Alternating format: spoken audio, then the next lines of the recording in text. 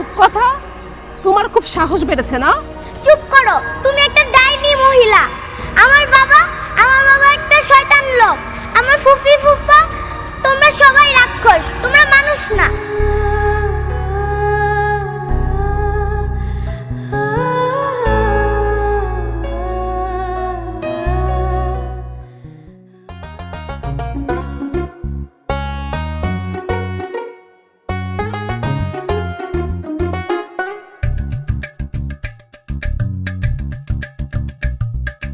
এইখানে দাঁড়ায় তাকাই তাকাই দেখতেছেন। আপনারা যে আমি এত করে কইলাম আপনি একটু আগায় যান, আগায় গিয়া ছেলে মেয়েদের একটু নিয়ে আসেন, তা আপনি তো আমার কথাই শুনলেন না।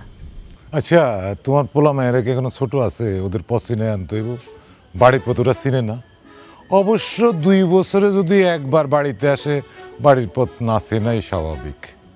আসুক, 2 বছরে একবার আসুক, তারপরেও তো আসতেছে, তাই না? তা সজল কই? ওরে পাঠাইলেই তো পারো। বিলা গেছেন না? আপনি যে ওরে বাজারে পাঠাইছেন বিলের মাছ আনার জন্য, একেবারে বিলা খেয়েছেন। আমি তো ওরে যেতে গেছিলাম। আসাদের বাপ, আমি কি বুঝতেছি না ছেলে মেয়েকে দেখার জন্য আপনার মন আকু বাকু করতেছে, আর আপনি অন্য কথা কন আমার? আরে না না, আমার পোলা মায়াকে দেখতে মন আকুপাকু করতেছে না, আকুপাকু করতেছে আমার ওই নাতনিটারে দেখার লাগে। বিশ্বাস করো, ওরে দেখুন কবে আমার মনটা যে ঝটফট করতেছে না, কেবল ওরে ধরতে ইচ্ছা করে। বিশ্বাস করবা না। যাই, আমি যাই দেখি ওরা আসছিল কিনা। দাদু ভাই,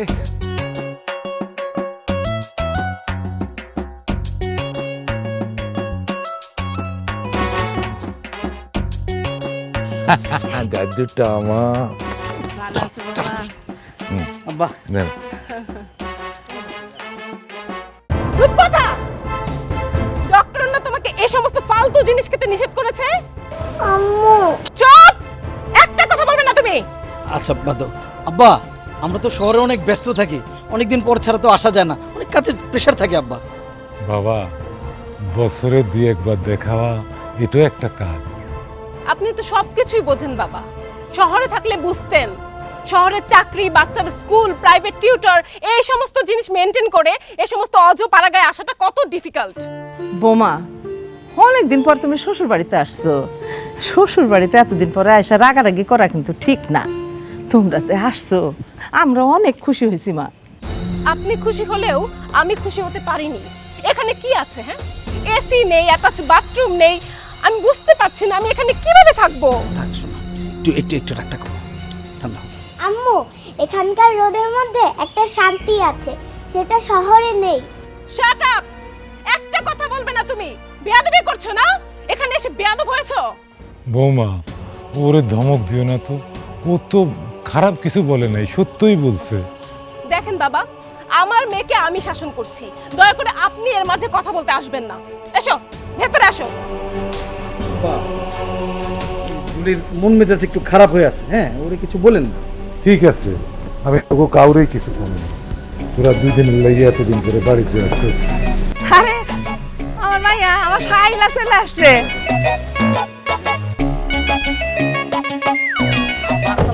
ওয়ালাইকুম আসসালাম। থাক বাবা থাক, সালাম করতে হবে না। আয় মা। কেমন আছে মা? আমি ভালো আছি। তা জামাই বাবাজি, পথে আসতে অসুবিধা হয় নাই তো? না না আব্বা, অসুবিধা হয় নাই। ওই যে বিষয় হয়েছে কি, আপনারা জরুরি কাজে বারবার ফোন দিতেছেন আমার বিবিকে, তো সেইটা নিয়ে একটু বিরক্ত আছে, এই জন্য আমার একটু মন খারাপ। তোদেরকে বললাম আমার সাথে আয়, তোরা তো কথাই শুনলি না। আর বলো না ভাইয়া, আজকে আমার বিশাল এক পার্টি, সেটা রেখে আমি গ্রামে আসছি। আমি খুবই বিরক্ত। আব্বা আর আম্মা কালকে রাত থেকে যেইভাবে ফোন দেওয়া শুরু করেছে, আমি তো ভাবছিলাম যে কেউ মারা গেছে মনে হয়, এই জন্য বাধ্য হয়ে আসতে হলো আমার। ও, তোমরা চলে আসছো। এবার ঈদের মজাটা হারে হারে টের পাবা। কিছুক্ষণ হয় এসেছি, এসে আমার লাইফটা টোটালি হেল হয়ে গেছে। ঘরে গিয়েছিলাম, সেখানে কারেন্ট নেই। আমি বুঝতে পারছি না যে আমি এখানে এতদিন কিভাবে থাকবো। শোনা, একটু বোঝার চেষ্টা করো প্লিজ। আমরা তো একটা কাজে আসছি, তাই না? কাজটা শেষ হয়েছে, তারপর তুমি যা খুশি করো, এখন চুপ করে। কাজ? কি কাজ রে বাবা? আব্বা, আমরা ঈদের কাজে আসছি না, ওইটাই বলছিলাম আমরা ঈদের কাজে কি রে ও, শালা বল ও, আরে আব্বা ঈদ করতে আসছে, এটাও তো একটা বড় হ্যাঁ, ধরনের হ্যাঁ, কাজ। হ্যাঁ। আম্মা শরবত খান, গরমে তো জীবন যেতেছে। এই যা তোরা রুমে যা ফ্রেশ হ এই আম্মা শরবত দাও, সবার শরবত দাও। এই, যাও। ছজন কই ব্যাগ ট্যাগ লাগেজ টাগেজ বাইর করতে হবে তো, আমি বুঝি না কারো কোনো কাজ কি কাজের জন্য আসছে?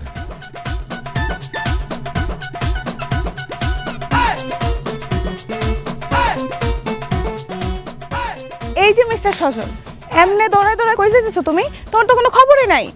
আর বইলো না, শহর থেকে আসাদ ভাই আর শায়লা পাইতে আসছে।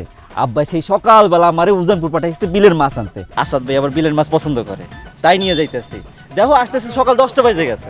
এই যে তুমি এত সকালবেলা এত কষ্ট করে বিল থেকে তাদের মাছ আইনা খাওয়াবা, তারা কি তোমার একটা ধন্যবাদ দিব সজল? এইটা কি কইলা খুশি? ভাই ওই ভাই সেবা করতেছে, এটাকে ধন্যবাদ দেওয়ার কি আছে? সজল, তারা তোমার ভাই এটা তুমি মনে করো, কিন্তু তুমি যে তাদের ভাই এটা কি তারা মনে করে তোমার মনে হয়? এই কথা কনের লোক আমার এই যে দাঁড় করাইছো। শোনো খুশি, আশরাফুদ্দিন মোল্লা আমার পালক পিতা, তার ছেলে আসাদ, মেয়ে শায়লা আমার পালক পিতার সন্তান। শোনো, তারা যদি আমার একবার কয় না সজল তোর কলিজাটা সিরা দিত, আমি একবারও ভাববো না, আমার কলিজার সিরা দিয়ে দেবো। তারা তোমার কলিজা ছেড়ে দিতে বললে তুমি কলিজা ছেড়ে দিবা, কিন্তু আমি যে এতদিন ধরে বলতেছি যে আমার ছেলে পক্ষ দেখতে আসতেছে, তুমি যাও তোমার আব্বার লগে কথা কও, আমার আব্বার লগে কথা কও, কই তা তো তুমি শুনতেছো না? তোমার তো বউ করে ঘরে নেবো খুশি, কিন্তু আব্বারে তো কওয়ার একটা সময় লাগবে। যখনই আব্বার কাছে কইতে যাই আমার ডর লাগে, যদি আব্বাই রাজি না হয়, যদি আমার বকাঝকা করে, তাই আমি কইতে পারি না ডরে। এখন তাইলে আসি, মাছগুলো তাদের কাটতে হইব তো। ঠিক আছে যাও, তুমি তো তোমার ভাই বোন আসলে আমার কথা ভুলেই যাও, আমার কথা তো তোমার মনেই পড়ে না। কিন্তু সজল, এইবার অন্তত ভুলো না, এইবার ভুললে কিন্তু সত্যি আমার হারাই ফেলবা, আর পাবা না। তোমারে ভুলে যাওয়া এ জীবনে সম্ভব না আমার খুশি। এখন আমি যাই, বাই।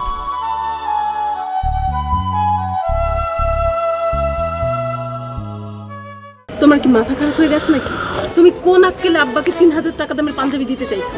এই পাঞ্জাবি পরে সে কোথায় যাবে? মানে ঈদের দিন একটু করবে না? না, পরবে না। এই একই কথা তো আমি জাকিরকেও বুঝাইতেছি। শোনো, আম্মার জন্য শাড়ি কিনে আনছো, খুব ভালো কথা, কিন্তু ওই শাড়ি আম্মাকে দেওয়ার কোনো দরকার নাই। তাহলে ওইটা না দিলে কোনটা দিব? কোনটা দিবা আবার? আমাদের লোকাল মার্কেট থেকে 1000 টাকার মধ্যে একটা শাড়ি কিনে আম্মাকে দিয়ে দিব। বেশি কম হয়ে যায় না? না, বেশি কম হয় না। সে যে অবস্থায় থাকে, সে কি 10,000 টাকা দামের শাড়ি পরে ঘুরে বেড়াবে নাকি? শায়লা, তোমার ভাইকে একটু বোঝাও, ও তো জাকিরের মতো মাথা এলোমেলো হয়ে গেছে। শোনো ভাইয়া, ভাবি যেটা বলতেছে এটা শুনো। এক কাজ করো, তুমি কম দামের মধ্যে একটা পাঞ্জাবি দাও আব্বারে, আর আমরা কম দামের মধ্যে মারে একটা শাড়ি দিব, বাস কাহিনী শেষ। ঠিক আছে, কিন্তু একটা জিনিস দেখ, আমরা দামি জামা কাপড় পরি, এখন তাদেরকে যদি কম দামি দিই এটা তো চোখে লাগবে, এটা বাজে দেখা যায় না। না যায় না। আচ্ছা ঠিক আছে, তুই যখন বললি তাহলে ওটাই করি। একটা কাজ করা যায়, আমরা লোকাল মার্কেট থেকে কম দামি শাড়ি পাঞ্জাবি কিনে নে, ওটার মধ্যে আমাদের দামি যেই লোগো আর ট্যাগগুলো আছে ওগুলো লাগাই দিলাম, সজল পোলাটা টের পাইল না, দেখেও ধরতে পারবে না। এটাই হলো কথা। তুমি খুশি তো? তোরা সবাই এখানে, তোর আব্বা তোকে ডাকতেছে। আম্মা আপনি যান, আমরা আসতেছি। বৌমা, তোমার শ্বশুরে কইতেছিল যে রূপকথারে নিয়ে একটু বাজারে যাইব। না না মা, প্রশ্নই আসে না, রূপকথা কোথাও যাবে না। যেই ওয়েদার পড়েছে ও তো অসুস্থ হয়ে যাবে। রূপকথা, রূপকথা।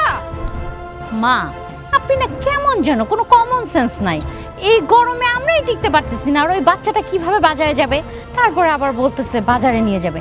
কোনো বাজারে টাজারে যাবে না, ও শহরে বড় হয়েছে, ওকে দেখে শুনে রাখতে হয়। আপনি যান তো, এখান থেকে যান। যান আম্মা যান। এই সজল, হ্যাঁ রে, আছিস কেমন ভাই আমার? তোর কতদিন পরে পাইলাম, তোর তো দেখি না রে। হ্যাঁ, আছিস কেমন তুই? ভালো আছি ভাইজান, তোমরা কেমন আছো? ভালো আছি রে সোনা। আমরা ভালো আছি। কই গেছিলি ভাই? এই বাজার থেকে বিলের মাছ আনতে গেছিলাম তোমাকে লাগে, তোমরা আইবা তাই। ভালো করছিস ভাই, আয় না একটু বয়, তোর সাথে আমাদের একটু গুরুত্বপূর্ণ কথা আছে।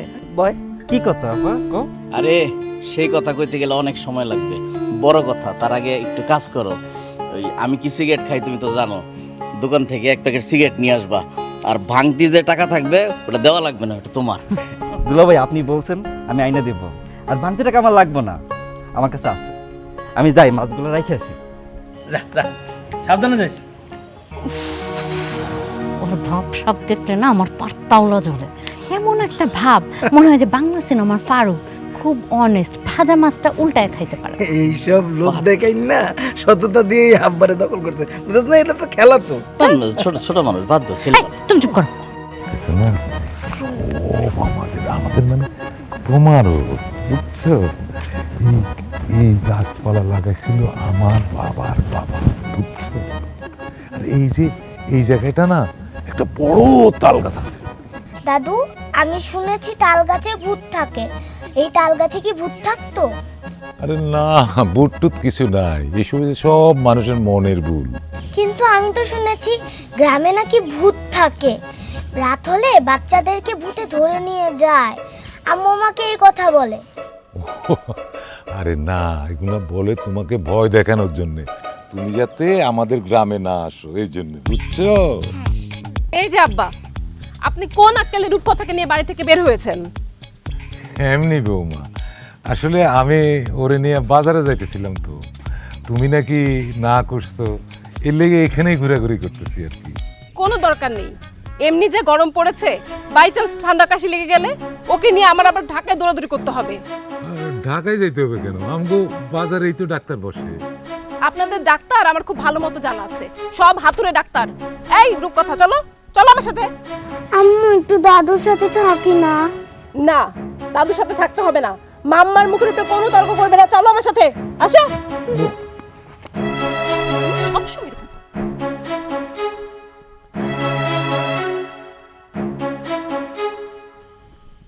আপনারে কতবার করে আমি কইলাম আপনি ওরে নিয়ে বাড়ির বাইরে যাইবেন না, আপনি তো আমার কথা শুনলেনই না।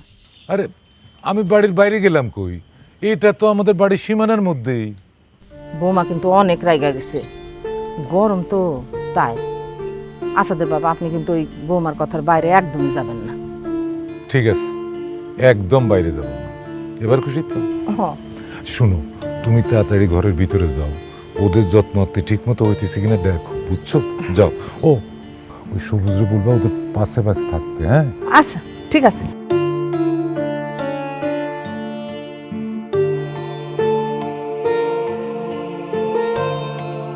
আব্বা আপনি ভালো আছেন তো, সুস্থ আছেন তো? হঠাৎ এই কথা কইলি কেন?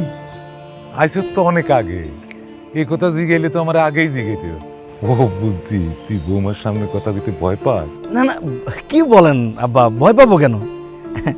আব্বা আপনি আমি এরকম শান্ত পরিবেশে নিরিবিলিতে কতদিন কথা বলি না বলেন? অনেক দিন কথা হয় না তোর সাথে, বিয়ের পর তো তোরে পাই নাই। তুই আর শায়লা এখন তো শহরে থাকতেই ভালোবাসিস। থাকতে হয়, এত পড়াশোনা করাইছেন, এত শিক্ষিত হইয়া এই গ্রামের কাদামাটিতে যদি পড়ে থাকি তাহলে হবে? আব্বা আব্বা আপনার সাথে আমার একটু কথা ছিল।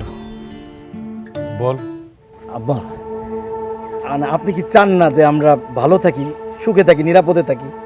চাইবো না কেন, 100 বার চাই। তা তোদের নিরাপদ থাকার জন্য যদি আমরা কিছু করতে হয় তাহলে বল, আমি করি। তাহলে ওই কথাই আব্বা, মানে রাতে আপনার সাথে তাহলে একটু বসবো, একটু মিটিং আছে আব্বা। আসি আব্বা।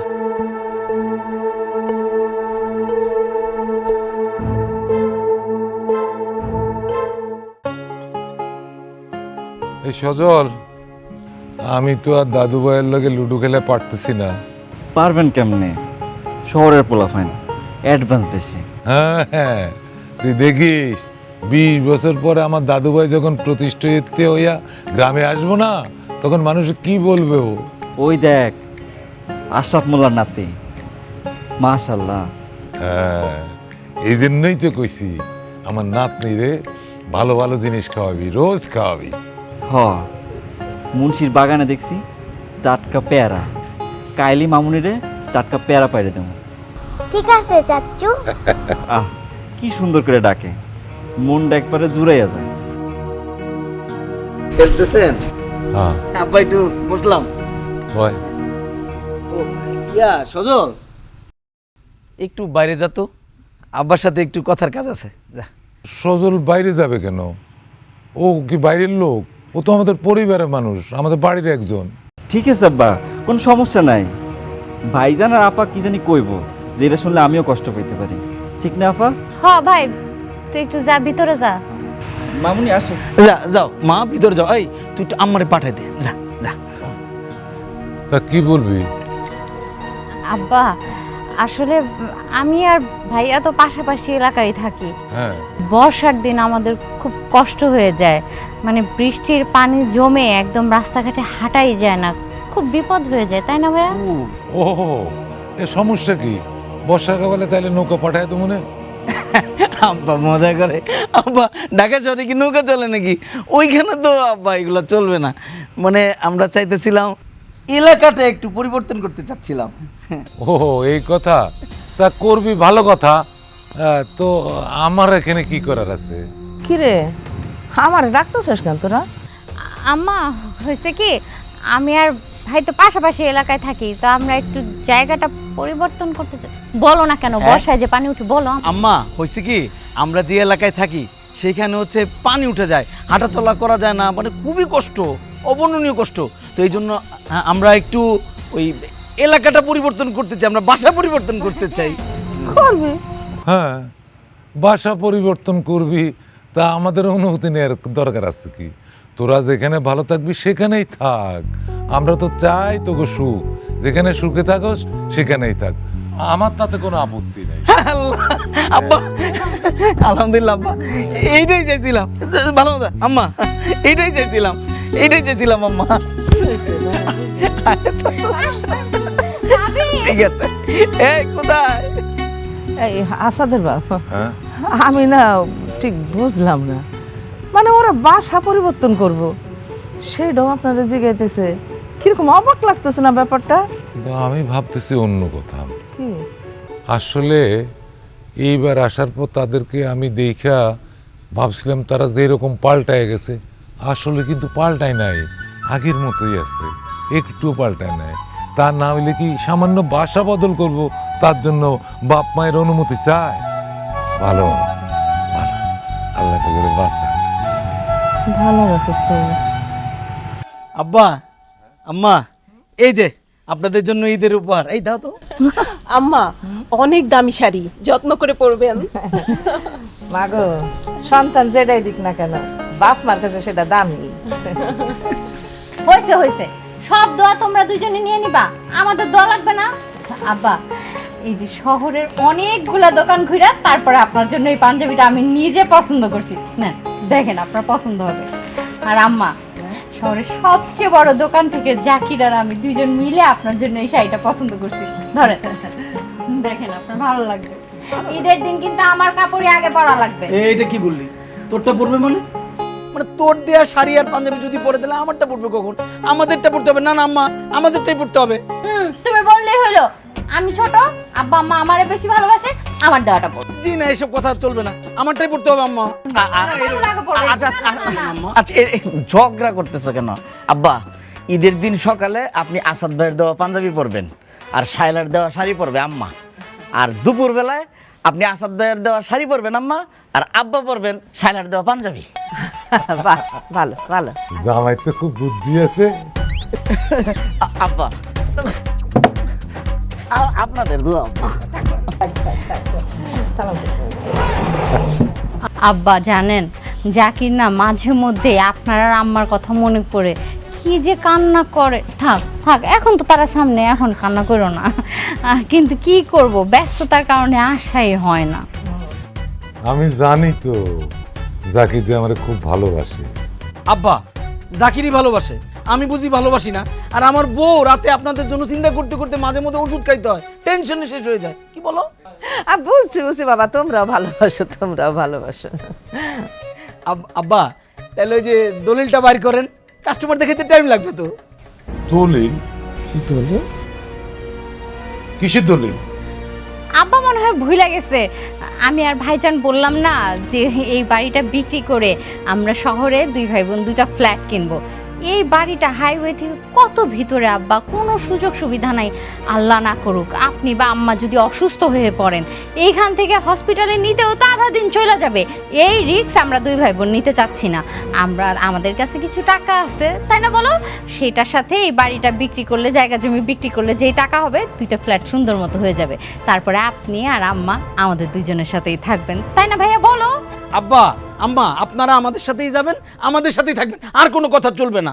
অসম্ভব, আমার বাপ দাদার ভিটা আমি বিক্রি করতে পারব না। আমি ভাবছিলাম তোমরা তোমাদের বাসা বদল করবা, এখন দেখি তোমরা আমার বাপ দাদার ভিটাই বদল করে দিতেছ। আমি জীবিত থাকতে তা হইতে দেব না।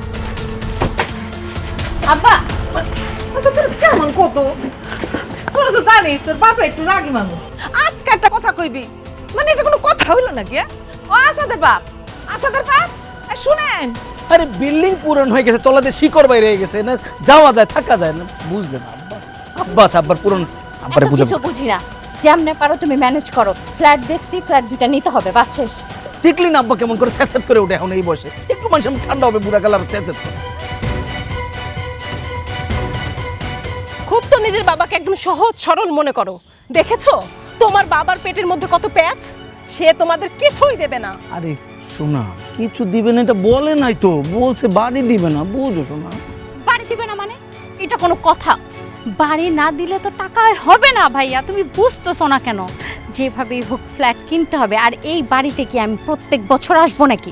আব্বা আম্মা এখন বেঁচে আছে, ফাইন, কষ্ট করে এই অজপাড়া গয়ে আসতেছি, কিন্তু এরা মরে যাওয়ার পর তো 10 বছরও এখানে আসা হবে না, তখন এই বাড়ি ঘরের কি হবে? থাম একটু, আমি বুঝতেছি, আমি তো বুঝতেছি, কিন্তু তুই আব্বারে বুঝা পারলে? আব্বারে কোনোভাবে বুঝান সম্ভব? হ্যাঁ, আমি তোর জামাইরে পাঠাইছি সজলরে ধরে আনতে, ওই পালক পুত্রের কথা আব্বা ঠিক শুনবে। কেন? তুমি যে নিজের পুত্র, তোমার কথার কোনো দাম নাই? শোনা, তুমি রাগ করো না, দেখতেছো তো একটা ঝামেলার মধ্যে দিয়ে যাচ্ছি। Shut up! তোমাদের এই ফকিন্নি চিন্তা ভাবনার মধ্যে আমি নাই, ঠিক আছে? তুমি আমাকে প্রমিস করেছিলে যে ফ্ল্যাট কিনে দিবে, মানে ফ্ল্যাট কিনে দিবে। কিভাবে কিনে দিবে এটা তুমিই জানো। মানে দেখছো ভাই, ফ্ল্যাট তো কিনতেই হবে। ফ্ল্যাট যদি না কিনে তাহলে জাকিরের কাছে আমার মান সম্মান থাকবে না। ইয়াসস মানিজ্জত নিয়া, আমি যদি ফ্ল্যাট কিনতে না পারি আমার কি হবে? তোর ভাবি আমার একদম মারে ফেলবে।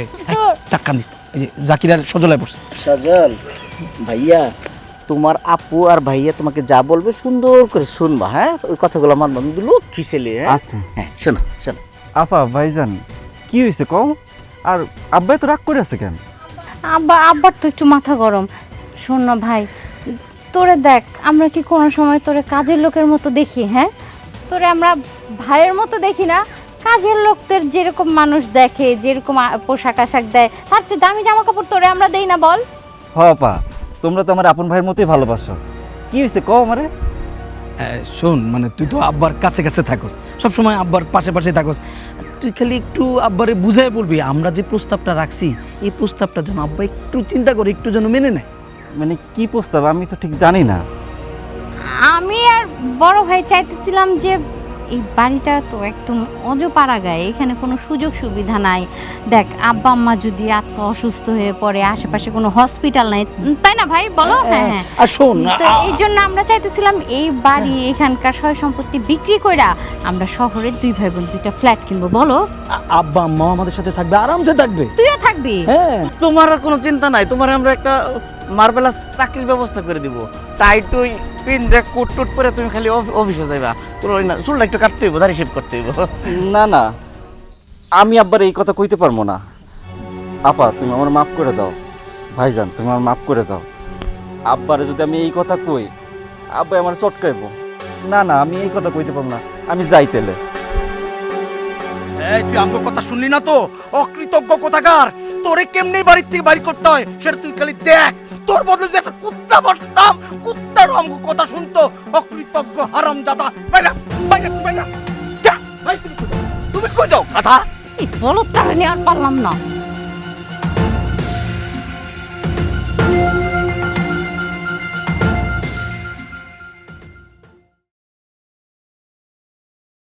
কি হলো তোমার? কালকেও তো সুস্থ আছিল, আজকে যে এমন অসুস্থ হয়ে পড়লা? আমার মনে হয় কি জানেন, আমার প্রেশার আর ডায়াবেটিস দুইটাই বাড়ছে, এই জন্য খারাপ লাগতেছে। দাদি তোমাকে হসপিটালে নিয়ে যাই? না রে দিদি ভাই, হসপিটালে যাবো না। কালকে ঈদের দিন না, আমি আজকে রাত্রির মধ্যে ভালো হয়ে যাবো। দাদু ভাই, ঈদের চাঁদ দেখা গেছে, সবাই আনন্দ করছে।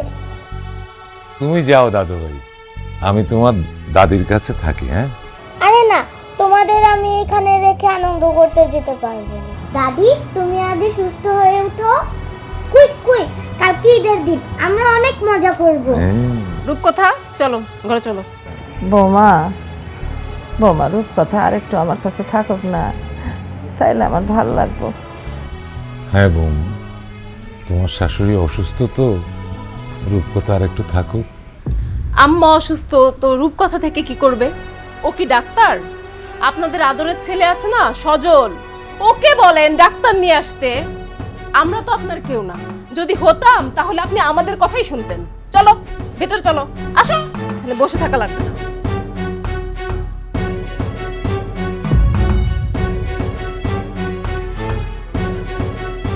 সজল, এই সজল, তোদের বাপ, তুমি আমারে মাফ করে দাও, আমি ঘরে আর বাঁচব না।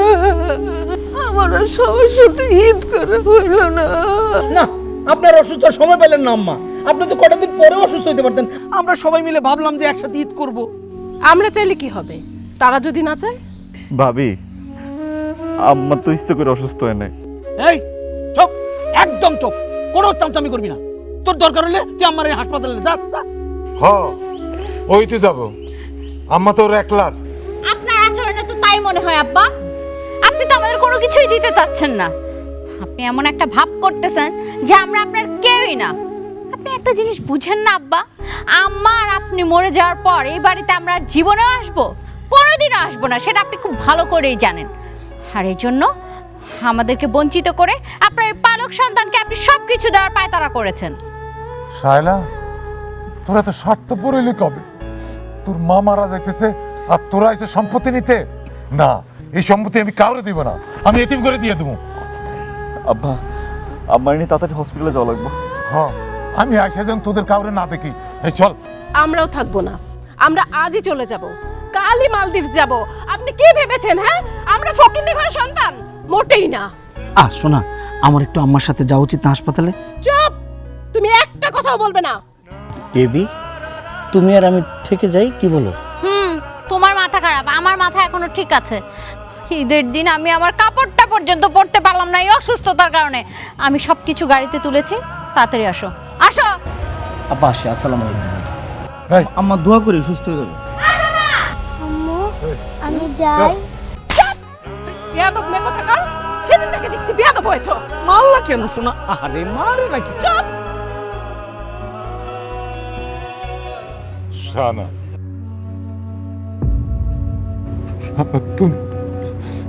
তোমার সাথে তো আমার কথা শেষ হয় নাই। আমার কথা বলতে না দিয়ে তুমি চলে গেলা। না শানা, শানা, তুমি কথা বলো। কিছু শানা।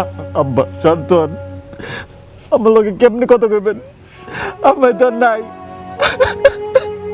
শানা, তুমি আমারে ছেড়ে চলে গেলা, আমি তোমারে ছাড়া থাকুম কেমনে? শানা, আম্মা, আম্মা, আমি কারে আম্মা কই ডাকবো? আমারে কি রাত করে বাদ দিব?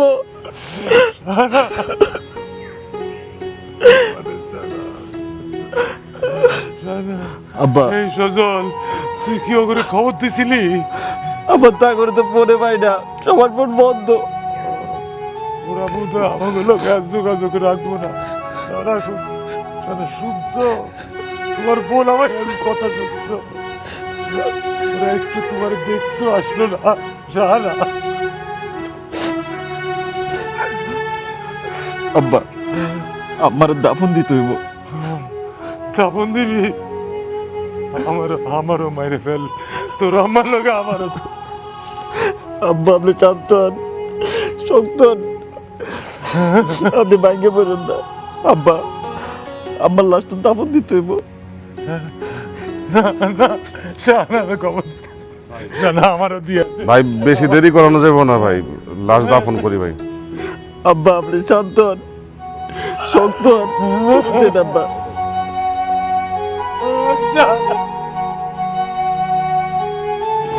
আমি ঢুকতেছি।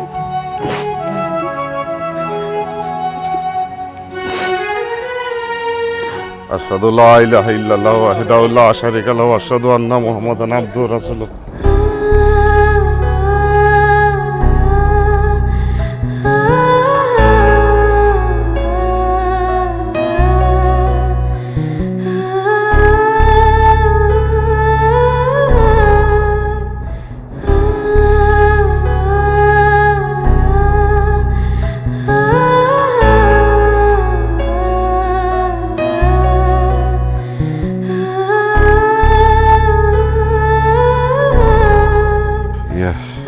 বাবা আমি বলি কি, তোমার আব্বারে আমার বাড়িতে বিয়ের প্রস্তাব নিয়ে আসতে বলো। চাচা আব্বার মনটা বেশি ভালো না। হ এটা অবশ্য ঠিকই বলছো, মাত্র তো তোমার মা মারা গেল বাবা, এখনই কিন্তু একটা সুযোগ, মানে সুযোগ বলতে আমার মেয়েরে তোমার বিয়ে করার। তোমাদের বাড়ির ঘরের যে একটা অবস্থা, এখন যদি আমার মাইয়া তোমার বাড়িতে যায়, ও নিজের হাতে সুন্দর করে দেখো সব কিছু সাজায় গোছায় রাখবো। তা জানি চাচা, কিন্তু সজল, তুমি যদি তোমার আব্বার সাথে এই ব্যাপার নিয়ে কথা না বলো, তাহলে আমার আব্বা নিজ থেকে কেমনে যায় কথা বলবে বলো? তাও ঠিক। আচ্ছা ঠিক আছে, তোমার আব্বারে আমগো বাড়িতে আসা দরকার নেই, আমি যাবো তোমার বাড়িতে। তবে বাবা একটা শর্ত আছে। কি শর্ত চাচা? শর্তটা হলো গিয়ে কি, তুমি তো তোমার বাবার পালক সন্তান তাই না?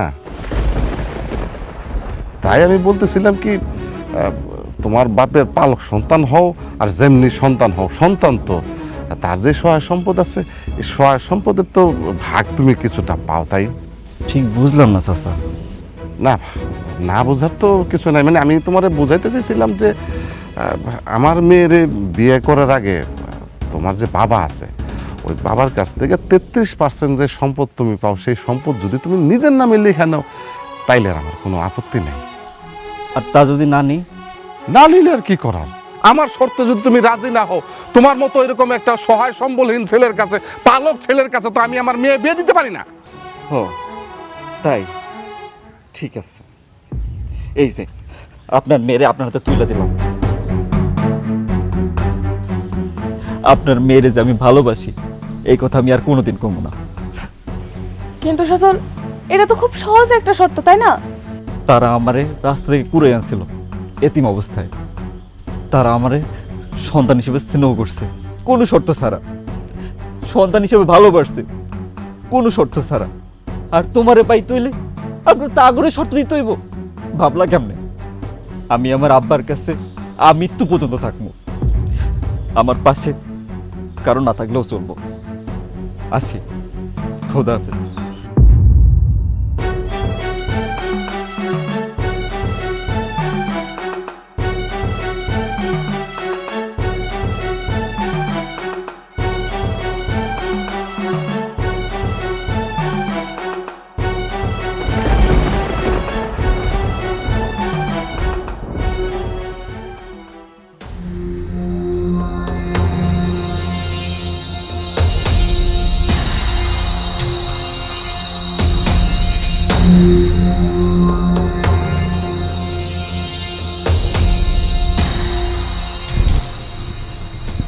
কি গো, কি হয়েছে আপনার?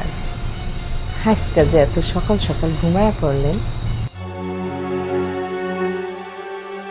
শাহানা, তুমি তুমি এখানে কেমনে আসলা? কেমনে আসলাম মানে, আমি তো এখানে আছি। তুমি না মরে গেছো? আপনার কি মাথা খারাপ হয়ে গেছে? আমি মরতে যাবো কেন? আমি তো আপনার সাথেই আছি। বাইরে ছেলে মেয়েরা ঈদের চাঁদ দেখতেছে, একটু পরে বাজি ফুটাইবো, আপনারে ডাকতে আইব। চলেন আমার সাথে চলেন। তাহলে আমি কি স্বপ্ন দেখছিলাম? হ্যাঁ তাহলে চল। আসেন আসেন। আসেন। কি হয়েছে তোমার? এমন করতেছেন কেন আপনি? না মা, আকাশে ঈদের চাঁদ উঠছে, বাইরে সবাই অপেক্ষা করতেছে, তোর মা আমাকে যেতে বললো। আব্বা, তুমি কি স্বপ্ন দেখছো? হ্যাঁ, স্বপ্ন? হ্যাঁ বাবা, আমি স্বপ্নে তোর মারে দেখছি। তোর মা আসছে,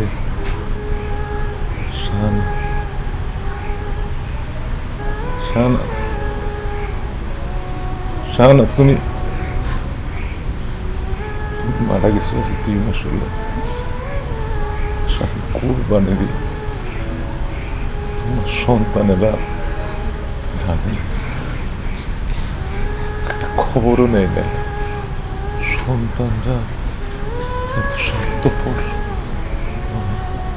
আব্বা, তুমি শান্ত হও, তুমি শান্ত হও আব্বা, তুমি শুয়ে পড়ো, তোমার ঘুমানো দরকার।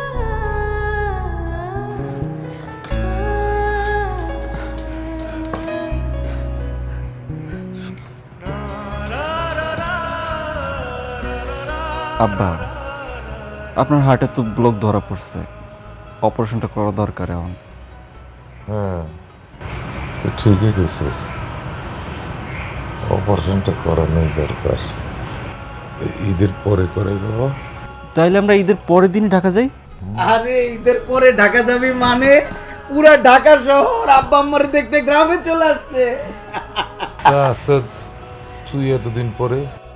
আব্বা, আমার ভুল হয়ে গেছে আব্বা, আপনি আমার মাফ করে দেন। এই যে পা ধরে মাফ চাইলাম আব্বা। তা দাদু ভাই, এতদিন পরে মনে হইলো কাছে আসছে। বাহ বাবা, আমি আগেই জানতাম তুমি আমাদেরকে না জানায় আয়সা আব্বার মাথা খাবার, তারপর সব সম্পত্তি নিজের নামে করে নেবা, তাই না? শায়লা, মুখ সামলায় কথা বলিস। দ্বন্দ্ব সঙ্গে সঙ্গে আমার পিছে পিছে তুই এলি, আমার দোষ ধরতেছ। শোন, আমার বাচ্চাটা তার দাদা দাদিকে দেখার জন্য অস্থির হয়ে গেছে, এই জন্য আমরা এখানে আসছি। আমি বাচ্চার আর্জি মিটানোর জন্য আসছি। তোর তো বোঝার কথা না, তোর বাচ্চা নাই, বুঝবি কেমনে বাচ্চার আর্জি কি জিনিস? ভাইয়া, আপনি না শায়লার ভাই, আমাদের বাচ্চা নাই এটা নিয়ে খোটা দেওয়া আপনার মুখে মানায়? সত্যি কথা শুনলেই গায়ের মধ্যে ফোসকা পড়ে, তাই না? তোমাদের মুখ দেখলেই আমাদের দিন খারাপ যায়। অনেক সত্যি কথা বলতে জানেন আপনারা। ভাবি, তুমি আমাকে এরকম একটা কথা বলতে পারলা? বলছে, যা বলছে বলছে। এবার তোরা যা ভাই, আমাদেরকে এইবারের ঈদটা আব্বা আম্মার সাথে করতে দে বাবা, যা। ও, আব্বা আম্মা কি তোমার একার? আমার না? আম্মা কই? আব্বা, আম্মাকে ডাকেন, এটার একটা বিচার আমি চাই। আপনারা দুইজন মিলে এখন বিচার করবেন। আমার ভাই আমারে কি বলতেছে এসব? আম্মা, আম্মা এদিকে আসেন, আপনি আর আব্বা বিচার করেন আমার সাথে এখানে কি হইতেছে। তোর আমারে পাবি কই? তোর আম্মা নাই, দুনিয়াতে নাই। নাই মানে আম্মা কই গেছে? আল্লাহর ডাকে সাড়া দিয়ে তোকে মা দুনিয়া ছেড়ে চলে গেছে। তোরা এসেছিস 2 মাস পরে তার খবর নিতে? নাই রে। কে বলতেছেন আপনি আব্বা? এটা আপনি কে বললেন? আম্মা নাই মানে? আব্বা,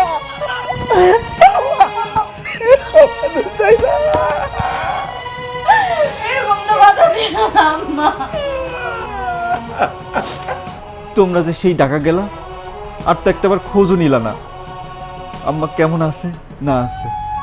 তোমরা এতটা স্বার্থপর কেমনে হইলা? তোরা আসছস, ভালো করছস। যতদিন মন চায় থাক, মন নামে চাইলে চলে যা।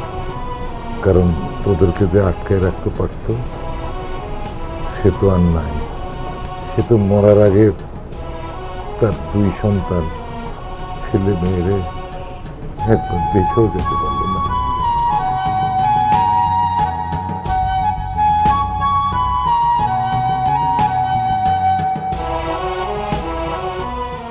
আশরাফ ভাই, আমাদের এখানে কেন ডাকলা আমরা কিন্তু এখনো কিছুই জানি না। না বুঝার মতো তো কিছু নাই।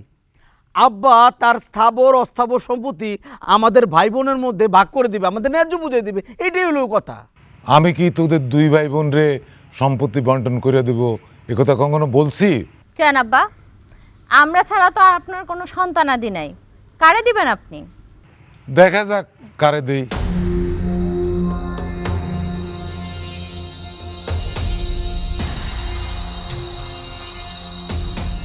গ্রামবাসী সবার উপস্থিতিতে আমি আশরাফ উদ্দিন মোল্লা এই মর্মে ঘোষণা করিতেছি যে আমার স্থাবর অস্থাবরে সম্পত্তির 70% সম্পদ আমি আমার পালক পুত্র সজলের নামে উইল করে দিচ্ছি। মানে? আর বাকি 30% আমার 2 ছেলে মেয়ের নামে সমান ভাগ কইরা দিছি। কি বলেন আপনারা, কাজটা আমি ঠিক করি নাই? সব সম্পত্তি পালক পুত্রটা দিয়ে দিলা? কি আর করুন, ও তো আমার স্ত্রী মারা যাওয়ার সময় মায়ের সাথেই ছিল। আর আমার ছেলেমেয়েরা, স্বার্থপর ছেলেমেয়েরা, তারা আমার কাছে সম্পত্তি বিক্রি করার বলছে, আমার বাপ দাদার সম্পত্তি। আমি তা রাজি হই নাই বইলা তারা তাদের মারে মৃত্যুসজ্জায় রেখা চলে গেছে। গত 2-2.5 মাস তারা আমাদের কোনো খবর রাখে নাই।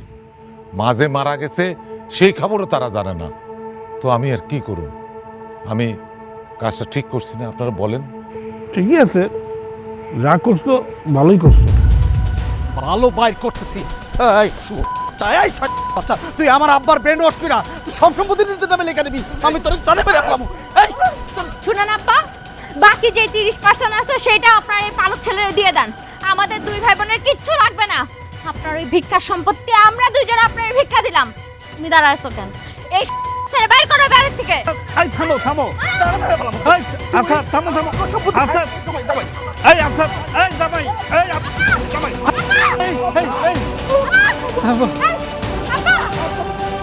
আব্বা এরা আমার কোন ডং? আসাদ, তোমরা কি শুরু করলা? গতকাল রাতে তোমার আব্বা মারা গেছে, আর তোমরা লাশ দাফন করতে দিবা না? না না, দিব না। আমার আব্বার লাশ আমি দাফন করতে দিব না। আমি কেন দিব? আমি আগে বিচার চাই। এই বদমাশের বিচার আগে করেন। সে আমার আব্বার ব্রেন ওয়াশ কইরা সব সম্পত্তি নিজের নামে লেখা নিছে, এইটার বিচার আগে করেন, তারপর আমার আব্বার লাশ দাফন হবে, তার আগে না। দেখেন চাচা, সম্পত্তি আগে আমাকে বুঝায় দেন, তারপরে আমরা অনুমতি দিব এই লাশ দাফন করার, তার আগে না। আপা, তোমরা সম্পত্তি নিয়ে ভাবতেছো? মানুষের সবচেয়ে বড় সম্পত্তি হলো তার বাবা মা, আর তোমরা বাবা মারে হারাই ফেললা। সেইটা নিয়ে তোর চিন্তা করা লাগবে না। আইসা আলগা পিরিত দেখাইতে। সজল, এখনো সময় আছে। যা কিছু আছে সব কিছু তাদের নামে লিখে দিবা, এটা অঙ্গীকার করো। না, এরকম কেয়াদের মধ্যে আমরা টিকতে পারবো না। দেখো আসাদ, তোমরা তোমাদের বাবার লাশ দাফন করবা কি করবা না এটা তোমাদের ব্যাপার, আমরা এইসবের মধ্যে নাই। এই চলো। দাঁড়ান,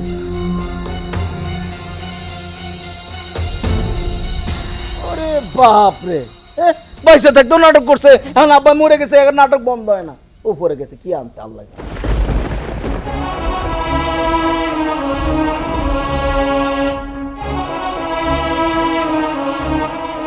এই নেন, আব্বাই কইছিল আব্বা মারা যাওয়ার পরে তার সন্তানরা কি করে তা যেন গ্রামবাসী দেখে। এর জন্য একটু লেট হইল। আব্বা, তুমি আমার মাফ করে দিও। তুমি চাইছিলা তোমার পোলাপানের মুখোশ যেন আমি খুলে দেই। এটা কিসের দলিল? এটাই আসল হইল। আব্বা তার সব সম্পত্তি তার সমান ভাগে তার সন্তানদের মাঝে বন্টন করে গেছে।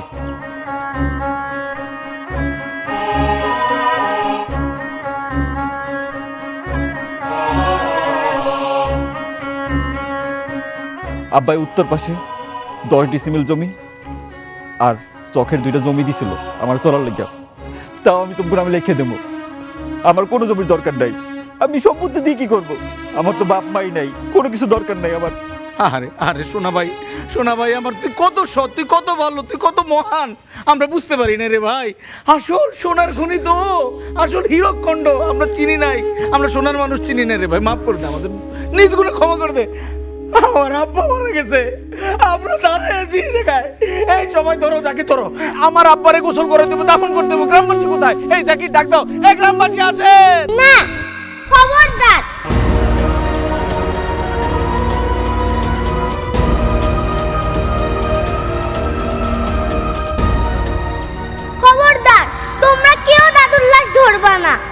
রূপকথা, তোমার খুব সাহস বেড়েছে না? চুপ করো, তুমি একটা ডাইনি মহিলা।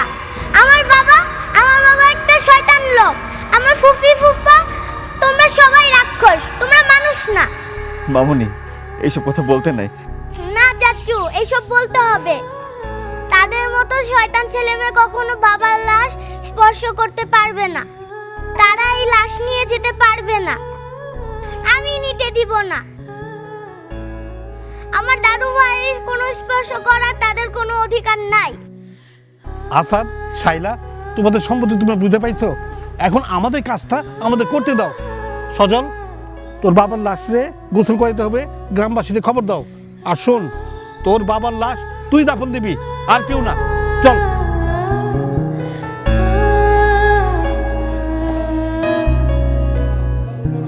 তোমরা কেউ ধরবে না।